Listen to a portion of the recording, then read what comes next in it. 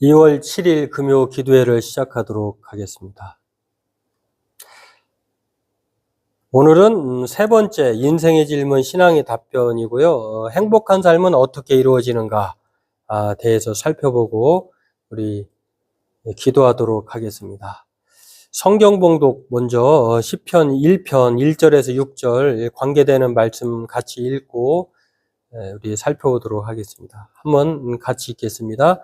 복 있는 사람은 악인들의 꾀를 따르지 아니하며 죄인들의 길에 서지 아니하며 오만한 자들의 자리에 앉지 아니하고 오직 여호와의 율법을 즐거워하여 그의 율법을 주야로 묵상하는도다. 그는 시냇가에 심은 나무가 철을 따라 열매를 맺으며 그 잎사귀가 마르지 아니함 같으니 그가 하는 모든 일이 다 형통하리로다. 악인들은 그렇지 아니하며 오직 바람에 나는 겨와 같도다. 그러므로 악인들은 심판을 견디지 못하며 죄인들이 의인들의 모임에 들지 못하리로다. 무릇 의인들의 길은 여호와께서 인정하시나 악인들의 길은 망하리로다. 오늘은 행복한 삶에 대해서 이 주제에 대해서 박만 교수님의 책을 요약하고 또 살펴보고 그리고 기도하도록 하겠습니다. 18세기, 19세기, 지금은 우리가 21세기를 살지만요, 이 18세기, 19세기에 보면은 프랑스의 계몽주의, 독일의 관념론, 영국의 경험론 등을 거치면서 여러 가지 변화가 있었죠. 그러다 이것을 통해서 과거의 지혜를 부족한 것으로 이해하게 되었고요. 또 폐기해야 할 미신적인 것으로 여겼다라고. 그만큼 사람들의 생각이나 또 문명이 발전하게 되었는데요. 그러다 보니까 19세기에 들어와가지고 이제 본격적인 근대적인 사고방식이 생겨나게 되었다라고 하는 것입니다. 그리고 물질적인 풍요도 많이 가져왔죠. 그런데 이 근대 정신이 그렇다고 해서 논리적 사고와 풍요로운 삶을 가져왔지만 우리의 삶의 의미와 행복을 가져다 주었느냐? 그것은 아니다라고 하는 것입니다. 마찬가지로 우리도 지금 엄청난 과학 문명의 시대에 살고 있잖아요. 그리고 자고 나면 새로운 기술과 또 문명이 발전하는 시대를 살고 있는데, 과거에 비해서 사람들이 더 공허하고 또 외롭고 또 과거에 나타나지 않은 이 정신적인 질병들, 사건, 사고들, 이걸 일어나는 것을 보면서 우리의 자유와 행복은 그에 걸맞게 또 갖춰졌느냐, 또 그렇지는 않다라고 하는 것입니다. 그래서 히브리 대학의 역사 교수인 유발 하라리라고 하는 분은요, 이렇게 말을 했습니다. 현대인들은 세계를 지배하는 능력은 얻었으나 자신을 행복하게 만드는 능력은 얻지 못했다. 참 이 말이 적절한 것 같아요. 행복할 수도 있지만 그러나 정말 자신을 행복하게 만드는 능력은 잊어버렸다, 얻지 못했다라고 하는 것인데요. 그러한 면에서 학자들마다 이렇게 행복은 도대체 어디서 오는 것일까를 주장한 것을 우리가 살펴볼 수가 있겠습니다. 그렇다고 하면 정말 우리가 이렇게 좋은 세상은 겉보기에는 좋은 세상을 살고 있는 것 같은데 정말 진정으로 행복한 삶을 살고 있는가를 오늘 우리가 봐야 될 것인데요. 그렇다고 하면 행복은 어디서 오는 것일까를 각자의 사람들은 어떻게 말하고 있는가를 먼저 보면은요, 이 에피쿠로스 학파라고 하는 사람들, 이 철학자들의 한 분파죠. 이제 에피쿠로스 학파라고 하는 사람은 행복은 어디서 오느냐라고 말할 때 어디에 얽매이지도 않고 자기답게 살 때 행복이 주어진다. 쾌락적 행복을 얘기하는 것이죠. 또 스토아 학파, 대표적인 스토아 학파는요, 이보다 좀 다르게 말합니다. 자기보다 큰 원리에 순종할 때.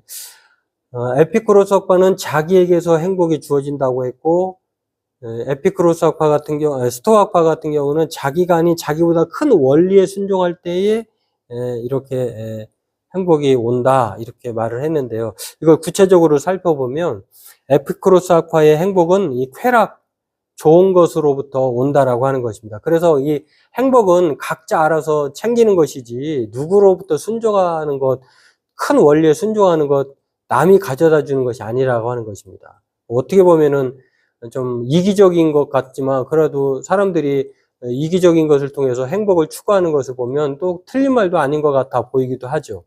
여하튼 이 에피쿠로스 학파의 행복은 쾌락, 좋은 것, 쾌락은 좋은 것이니까 각자 알아서 행복을 찾을 수 있다라고 하는 것이라고 말하면서요. 그들의 주장은 모든 사람에게 개방된 철학과 권리라고 하는 것을 주장을 합니다. 모든 사람이 이 권리를 가질 수 있다.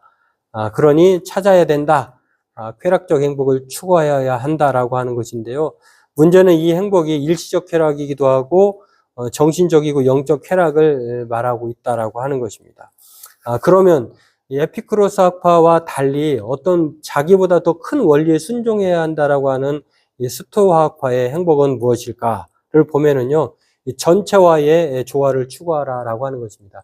개인도 이 전체 속에 한 구성원이기 때문에 그 우주라고 하는 이 전체적인 조화를 통해서 추구할 수 있다라고 하는 것입니다. 좀 다르죠. 전체를 주장하는 스토아, 개인을 주장하는 에피쿠로스와 이게 좀 차이가 있는 것인데요. 여하튼 이 스토아학파의 행복은요, 인간의 행복은 이 우주와의 조화와 질서를 알고 거기에 맞춰서 살아갈 때 비로소 주어진다라고 말을 합니다.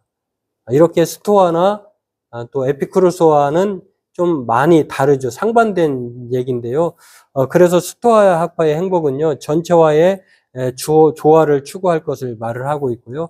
인간의 행복은 우주와의 조화를 알고 맞추어 살아갈 때 비로소 주어진다라고 말을 하고 있다라고 하는 것입니다. 그러면 대표적으로 세상에서 말하는 에피쿠로스 학파, 개인의 쾌락으로부터 행복은 주어진다라고 하는 것과 스토아 학파, 아니다, 우주적 질서, 또 거기에 개인은 거기에 이 조화를 통해서 행복이 주어진다라고 하는 이러한 행복에 대한 얘기들과 성경이 말하는 그러면 행복은 어디서부터 오는가를 우리가 비교해 볼 수가 있는데요. 이 두 개도 비교되지만 그러면 그리스도인들의 행복은 어디서 오는 것일까를 우리가 알아야 되겠죠.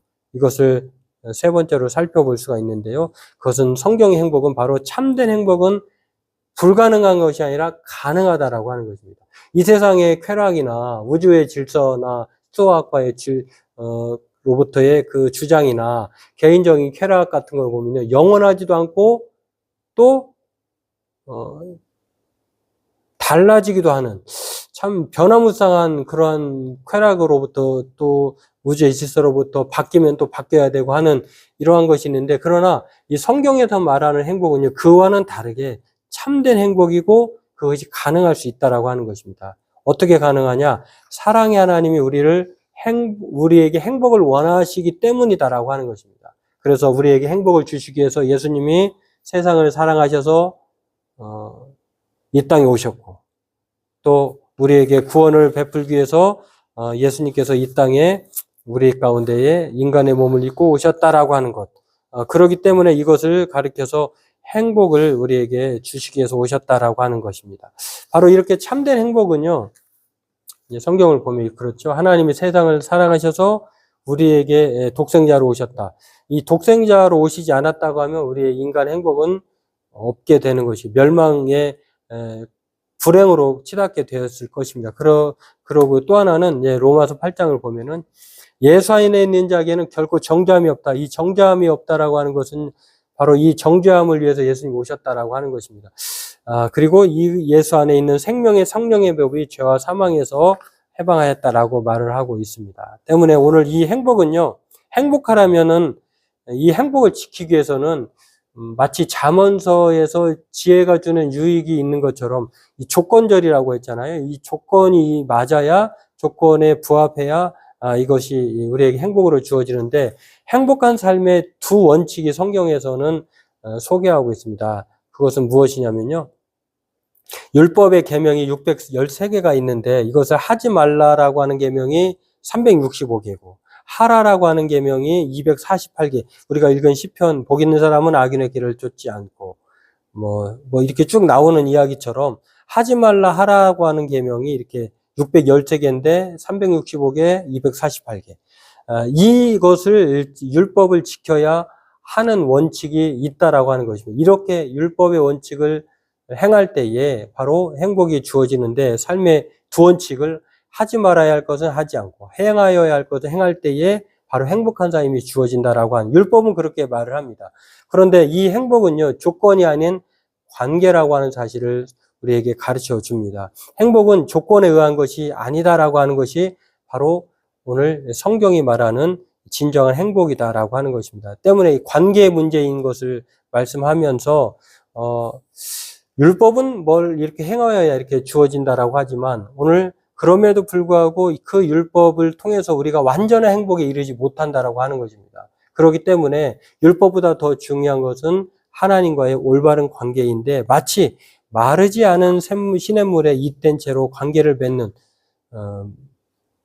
물가에 심겨진 나무가 그 시절을 쫓아 과실을 맺는 것처럼 물가에 심겨진 나무, 하나님께 심겨진 사람, 하나님이 택한 사람으로 말미암아 우리에게 그 행복이 주어진다라고 하는 것입니다. 그래서 시냇물은 바로 하나님과 그분의 말씀으로 상징할 수가 있는 것인데요. 바로 이렇게 행복한 사람은 시냇가에 심은 나무와 같다라고 하는 것입니다.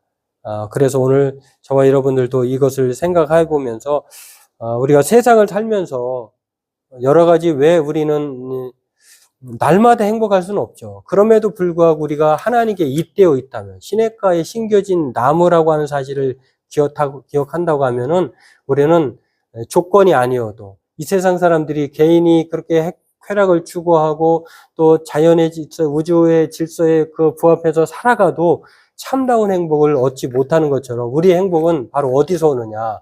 바로 하나님께 잇되어 있을 때에 하나님과의 관계를 올바로 맺을 때에 바로 우리에게는 행복이 주어진다라고 하는 것입니다. 그래서 이것을 종합해 보면 이렇게 말할 수 있겠습니다. 행복은 하나님과 맺는 사랑의 관계 안에서 그분의 말씀이 우리를 이끌고 우리가 그 말씀의 권세 아래 순종할 때 결과물로 주어지는 것이다 라고 이렇게 말을 하고 있습니다. 바로 예수 안에 있는 것이 행복이다라고 말할 수 있겠습니다. 오늘 저와 여러분들 이것을 기억하면서 행복은 내가 추구하고 또 어떤 더 다른 어떤 원리에 순종해서 주는 것이 아니라 하나님과의 올바른 관계를 통해서 맺어질 때에 그것에 기초해서 행복은 주어진다. 살아갈 때 주어진다라고 하는 것, 이 결과물이라고 하는 사실을 기억하면서 예수 안에 있는 것이 최고의 행복인 것을 생각하면서 우리가 바로 이 세상의 쾌락이 진짜 행복이 아닌 것을 알고 또 말씀과 예수 안에 있음으로 날마다 행복한 인생을 살게 해달라고 하나님과의 올바른 관계자로 살아가는 우리가 되게 해달라고 우리가 행복은 어디서 오는가? 바로 하나님 안에서 온다. 하나님과의 올바른 관계에서 주어진다. 그것은 바로 예수 안에서 온다라고 하는 거. 예수 믿는 것에서 참다운 행복이 온다라고 하는 것을 생각하면서 오늘 말씀을 기억하고 우리 각자 기도하도록 하겠습니다. 기도하겠습니다.